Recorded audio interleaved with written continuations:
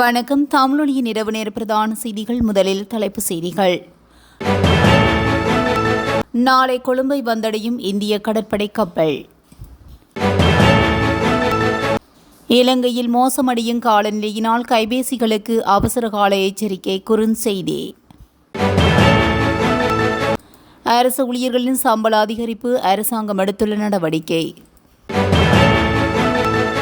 தொடரும் மோசமான வானிலையில் சுமார் 3500 பேர் பாதிப்பு.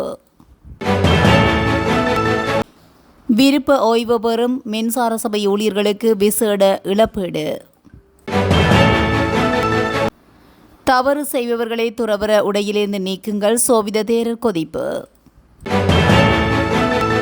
ஹொத்மலையில் மீண்டும் மண் சரிவு அபாயம், மூடப்பட்ட பிரதான வீதி. பாலடிந்த வீடு ஒன்றுக்கு அருகிலிருந்த இரு பிள்ளைகளின் தந்தை சடலமாக மீட்பு. யாழ்ப்பாணத்தில் மின்னல் தாக்கியதில் இளைஞர் உயிரிழப்பு. தொடர்பென விரிவான செய்திகள். இந்திய கடற்படையின் நட்புறவு பாலங்களை உருவாக்கும் முயற்சியின் தொடர்ச்சியாக 16 நாடுகளை சேர்ந்த பல்தேசிய குழுவினருடன் INS சுனைனா எனப்படும் IOS சாகர் கப்பல் நாளை கொழும்பை வந்தடைய உள்ளது. இது தொடர்பான அறிவிப்பை இலங்கைக்கான இந்திய உயர்ஸ்தானிகர் ஆலயம் வெளியிட்டுள்ளது. இந்த திட்டத்தில் பங்களாதேஷ், இந்தோனேசியா, கென்யா, மலேசியா, மாலைத்தீவு, மொரிசியல்ஸ், மொசாம்பிக், மியான்மர், சிங்கப்பூர், சீசெல்ஸ், தென்னாப்பிரிக்கா, Ilangai, Tanzania, Thailand, Timor Leste மற்றும் ஐக்கிய அரபு ராஜ்யம் ஆகிய நாடுகளின் அதிகாரிகள் இணைந்துள்ளனர். இந்திய கடற்படை பயிற்சி நிறுவனங்களின் கூட்டு துறைமுக பயிற்சியினை முடித்த பின்னர் 2026 ஏப்ரல் 2 மும்பையிலிருந்து இந்த பயணம் ஆரம்பமானது. தனது பயிற்சியின் பின்னர் இந்த கப்பல் மேற்கொள்ளும் 7வது பயணம் இதுவாகும். கடற்படை நடவடிக்கைகள், தகவல் தொடர்பு நடைமுறைகள், கடலில் உயிர் பாதுகாப்பு, தீயணைப்பு, சேத தடுப்பு, தேடுதல் மற்றும் கைப்பற்றுதல் நடவடிக்கைகள் மற்றும் மேம்பட்ட கப்பல் கட்டுப்பாட்டு பயிற்சிகள் போன்ற பல விசேட பிரிவுகள் இந்த பயிற்சியில் உள்வாங்கப்பட்டுள்ளன. இதன்போது இலங்கை கடற்படையின் மேற்கு கடற்படை பிராந்திய தளபதி மற்றும் கடற்படை பிரிவின் அதிகாரிகளை சந்திக்கவும் திட்டமிடப்பட்டுள்ளது. இந்த விஜயமானது கடல்சார் பாதுகாப்புக்காக கடல்சார் பங்காளிகளுக்கு இடையே ஆழமான உறவையும் ஒத்துழைப்பையும் வளர்க்கும் என இந்திய உயர்ஸ்தானிகர் ஆலயம் குறிப்பிட்டுள்ளது. தற்போது நிலவும் மழையுடனான வானிலை காரணமாக பொதுமக்கள் 24 மணி நேரமும் பேரிடர் நிலைமை தொடர்பில் 117 என்ற தொலைபேசி எண் மூலம் அவசர உதவி கோரலாம் என இலங்கையின் அனர்த்த முகாமைத்துவ மத்திய நிலையத்தின் பிரதி பணிப்பாளர் பிரதீப் கொடிப்புலி தெரிவித்துள்ளார். பருவமழைக்கு தயாராகுமாறு பிரதமர் சமீபத்தில் பேரிடர் மேலாண்மை மையத்துக்கு வழங்கிய தகவலுக்கு அமைய சில முக்கிய நடவடிக்கைகள் மேற்கொள்ளப்பட்டுள்ளதாகவும் அவர் தெரிவித்துள்ளார். மேலும் தெரிவிக்கையில், பேரிடர் மேலாண்மை மையம் தென்மேற்கு பருவமழைக்கு மட்டுமல்லாமல் நாட்டில் ஏற்படக்கூடிய எந்தவொரு பேரிடர் சூழ்நிலைக்கும் தயாராக உள்ளது. இலங்கையில் தற்போது 32 மில்லியனுக்கும் அதிகமான சிம் கார்டுகள் உள்ளன. தொலைத்தொடர்பு ஆணைக்குழுவின் ஒப்புதலுடன் இந்த அனைத்து கைபேசிகளுக்கும் முன்னெச்சரிக்கை செய்திகளை வழங்குவதற்காக சம்பந்தப்பட்ட தொலைபேசி நிறுவனங்களுடன் ஒரு ஒப்பந்தம் கையெழுத்திடப்பட்டுள்ளது. அதன்படி அனைத்து கைபேசிகளுக்கும் தொடர்புடைய செய்திகளை வழங்க முடியும் என்றும், மேலும் முப்படைகள் மற்றும் போலீசாருடன் தகவல் தொடர்பு வலையமைப்புகள் உள்ளன. இந்த வலையமைப்பின் மூலமாகவும் செய்தியை வழங்க முடியும். எனவே மின்னஞ்சல், இணையதளம், இணையம், தொலைநகல் போன்ற விளம்பர ஊடகங்களை பயன்படுத்தி மக்களுக்கு 24 மணி நேரமும் செய்தியை கொண்டு சேர்க்கும் பணியில் நாங்கள் ஈடுபட்டுள்ளோம். மற்றொரு சிறப்பு முறையும் அறிமுகப்படுத்தப்பட்டுள்ளது. 3 எண்களை அழைப்பதன் மூலம் அனைத்து 25 மாவட்டங்களுக்கும் செய்தியை வழங்கும் முறையை தொழில்நுட்ப நிறுவனங்களுடன் இணைக்கப்பட்டுள்ளது. இதன் மூலம் முன்கூட்டியே எச்சரிக்கை செய்யும் முறைகளை அதிகரிக்க நாங்கள் பணியாற்றி வருகின்றோம். அனைத்து ஊடகங்களின் குறுஞ்செய்தி முறைகளும் அமைப்புடன் இணைக்கப்பட்டுள்ளன. குறுஞ்செய்தி முறை மூலம் 20 லட்சத்துக்கும் அதிகமான மக்களுக்கு செய்தியை வழங்க முடியும். மக்களுக்கு முன்கூட்டியே அவசரகால எச்சரிக்கைகளை வழங்க எங்களிடம் 15க்கும் மேற்பட்ட முறைகள் உள்ளதாக தெரிவிக்கப்பட்டுள்ளது. எனவே நாட்டில் ஏற்படும் பேரிடர் மையங்கள் 24 மணி நேரமும் திறந்திருக்கும் என்றும், அனைத்து 25 மாவட்டங்களிலும் உள்ள பேரிடர் மையங்கள் பிரதான பேரிடர் மேலாண்மை மையத்துடன் தொடர்ந்தும் தொடர்பில் உள்ளதாகவும், முப்படைகள் மற்றும் போலீஸ் பிரிவை சேர்ந்த அதிகாரிகள் இந்த மையங்கள் அனைத்திலும் 24 மணி நேரமும் தீவிரமாக பணியாற்றி வருகின்றனர் எனவும் தெரிவிக்கப்பட்டுள்ளது. உங்கள் மாவட்டத்தில் ஏற்படும் பேரிடர்கள் குறித்த தகவல்களை வழங்கவும் பெறவும் இந்த தொலைபேசி எண்ணை பயன்படுத்தலாம். ஒவ்வொரு மாவட்டத்திலும் சுமார் 15க்கு முன் எச்சரிக்கை அமைப்புகள் நிறுவப்பட்டுள்ளன. பருவமழையால் வெள்ளம் ஏற்பட்டால் படகுகள் மற்றும் இழுவை படகுகள் போன்ற உபகரணங்கள் தயார் செய்யப்பட்டு வெள்ளம் எதிர்பார்க்கப்படும் பகுதிகளுக்கு அனுப்பப்பட்டுள்ளது. எனவே தற்போது நிலவும் மழையுடனான வானிலை காரணமாக பொதுமக்கள் 24 மணி நேரமும் பேரிடர் நிலைமை தொடர்பில் 117 என்ற தொலைபேசி எண் மூலம் அவசர உதவி கோரலாம் என அறிவுறுத்தப்பட்டுள்ளது. அரசு ஊழியர்களின் சம்பளத்தை அதிகரிப்பது தொடர்பான நடவடிக்கை ஒன்று முன்னெடுக்கப்பட உள்ளதாக தகவல் வெளியாகுள்ளது. அந்த வகையில் அரசு ஊழியர்களின் சம்பளத்தை அதிகரிப்பதற்கும் அவர்களின் தொழில்சார் நிபுணத்துவத்தை மேம்படுத்துவதற்குமான விசேட ஆணைக்குழுவை நிறுவும் பணிகள் ஆரம்பிக்கப்பட்டுள்ளதாக தொழில் பிரதி அமைச்சர் மஹிந்த ஜெயசிங்க தெரிவித்துள்ளார். அரசு துறையில் பல தசாப்தங்களாக நிலவி வரும் சம்பள முரண்பாடுகள் மற்றும் தொழில்முறை சார்ந்த பிரச்சினைகளுக்கு இந்த ஆணைக்குழுவினூடாக தேர்வு காண எதிர்பார்க்கப்படுகிறது. அரசு ஊழியர்களின் சம்பள முரண்பாடுகளை களைந்து அவர்களின் தொழில்சார் நிபுணத்துவத்தை மேம்படுத்துவதற்காக விசேட ஆணைக்குழு ஒன்று நிறுவப்படும் என அறிவிக்கப்பட்டிருந்தது. இது தொடர்பான அறிவிப்பு ஜனாதிபதி அனுரகுமார் திசாநாயக்காவினால் 2026 ஆண்டுக்கான பாதிட்டில் முன்வைக்கப்பட்டிருந்தமை குறிப்பிடத்தக்கது. இந்த நிலையில் அரசு ஊழியர்களின் நீண்டகால கோரிக்கைகளுக்கு தேர்வு காணும் நோக்கில் இந்த செயல்முறை தற்போது உத்தியோகபூர்வமாக தொடங்கப்பட்டுள்ளமை குறிப்பிடத்தக்கது.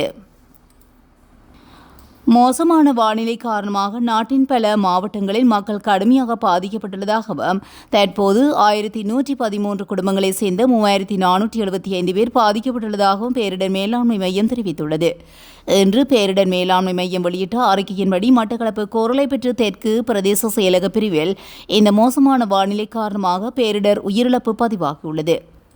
7 மாவட்டங்களில் உள்ள 35 பிரதேச செயலக பிரிவுகளில் மக்கள் பாதிக்கப்பட்டுள்ளதாகவும் 489 குடும்பங்களைச் சேர்ந்த 1310 பேர் 8 பாதுகாப்பு இடங்களில் தடுத்து வைக்கப்பட்டுள்ளதாகவும் தெரிவிக்கப்பட்டுள்ளது.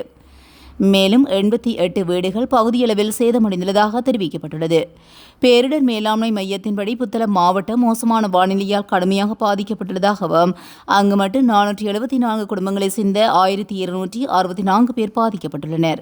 இதேவேளை நீர்ப்பாசன திணைக்களத்தின் கட்டுப்பாட்டில் உள்ள 19 பிரதான நீர்த்தக்கங்களும் 19 நடுத்தர நீர்த்தக்கங்களும் தற்போது நீரை வெளியேற்றி வருவதாக திணைக்களம் தெரிவித்துள்ளது. இந்த நிலையில் இன்று பிற்பகல் 3 மணியளவில் பதிவாகியுள்ள நீர்ப்பாசன பணிப்பாளர் நீர் முகாமைத்துவ பொறியியலாளர் ஹேரத் தெரிவித்துள்ளார். இந்நிலையில் அனுராதபுரம் மாவட்டத்தில் ராஜாங்கனை நீர்த்தேக்கம், பதுளை மாவட்டத்தில் அம்பேவெல நீர்த்தேக்கம், ஆமாந்தோட்டை மாவட்டத்தில் லொணுகம்பெகர, தேசக்குளம், வீரவில யோதக்குளம் மற்றும் லெகரகல நீர்த்தேக்கம் ஆகியவை வடிந்து செல்லும் பிரதான நீர்த்தேக்கங்களாகும். எனவே மேலும் குருநாகல் மாவட்டத்தின் அம்பகொள நீர்த்தேக்கம், கண்டி மாவட்டத்தின் உஷகல, சியாம்பலங்காம மற்றும் மாகல்ல, நாளந்த மற்றும் பெமடில் நீர்த்தேக்கங்கள், மொனரகலை மாவட்டத்தின் அலிகொட்டார நீர்த்தேக்கம் மற்றும் மன்னார் மாவட்டத்தில் ஜோதா நீர்த்தேக்கங்களும் வெளியேற்றப்படுகின்றதாக தெரிவிக்கப்பட்டுள்ளது. விருப்ப ஓய்வு திட்டத்தின் கீழ் ஓய்வு பெறும் 1898 மின்சார சபை ஊழியர்களுக்கு 8.5 பில்லியன் ரூபாய் நிதி இழப்பீடு வழங்கப்பட உள்ளதாக தகவல் வெளியாகுள்ளது. மின்சார சபையின் தற்போது முன்னெடுக்கப்பட்டு வரும் மறுசீரமைப்பு செயற்பாடுகளின் ஒரு பகுதியாக இந்த திட்டம் நடைமுறைப்படுத்தப்பட உள்ளது. இதுகுறித்து வலுசக்தி அமைச்சு விடுத்துள்ள அறிவிப்பில் மின்சார சபையில் நீண்டகாலமாக பணியாற்றி விருப்ப ஓய்வு திட்டத்தை தேர்ந்தெடுத்த ஊழியர்களை கௌரவிக்கும் வகையில் இந்த விசேட இழப்பு திட்டம் ஏற்பாடு செய்யப்பட்டுள்ளது. நிறுவனத்துக்கு பல வருடங்களாக தங்களின் சிறந்த சேவையை வழங்கிய ஊழியர்களை அங்கீகரிப்பதை இந்த திட்டம் நோக்கமாக கொண்டுள்ளது. அதன்படி பெருமையில் சேவை பாதுகாப்பான முடிவு என்ற கருப்பொருளின் கீழ் நாளை இதற்கான விசேட நிகழ்ச்சி நடைபெற உள்ளமை குறிப்பிடத்தக்கது.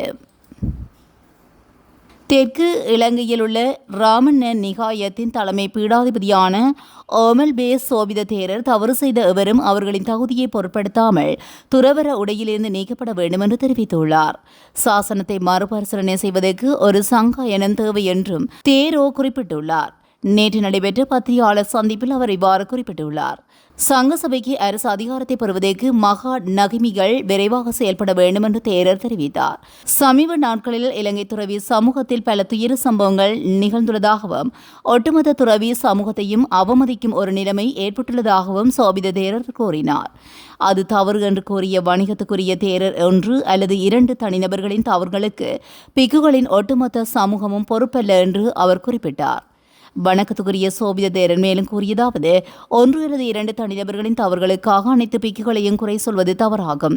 தர்மத்தின்படி தவறு செய்பவர்கள் மீது நடவடிக்கை எடுப்பதே செய்யப்பட வேண்டும். எனவே இந்த விஷயத்தை எவ்வாறு கையாள்வது என்பது குறித்து மகாநாயக்க தேரர்கள் அரசாங்கத்திடம் முன்மொழிவுகளை சமர்ப்பித்துள்ளனர். இப்போது அவற்றை செயல்படுத்துவது அவர்களின் கையில் உள்ளது என்று அவர் தெரிவித்துள்ளார். நுவரெலியா கொத்மலை பகுதியில் பெய்த கனமழை காரணமாக கொத்மலை கம்பளை பி 431 பிரதான வீதி மூடப்பட்டுள்ளது.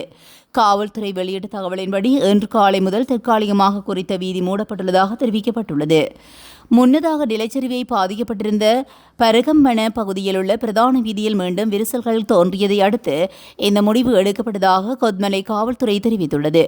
இந்த நிலைமை மீண்டும் நிலச்சரிவு அபாயம் குறித்த கவலைகளை எழுப்பியுள்ளதாக அதிகாரிகள் எச்சரித்துள்ளனர். பொதுமக்களின் பாதுகாப்பை உறுதி செய்யும் முன்னெச்சரிக்கை நடவடிக்கையாக வீதி மூடப்பட்டுள்ளதாகவும் மறு அறிவிப்பு வரும் வரை வாகன ஓட்டிகள் மாற்று வழிகளை பயன்படுத்துமாறு அறிவுறுத்தப்பட்டுள்ளனர்.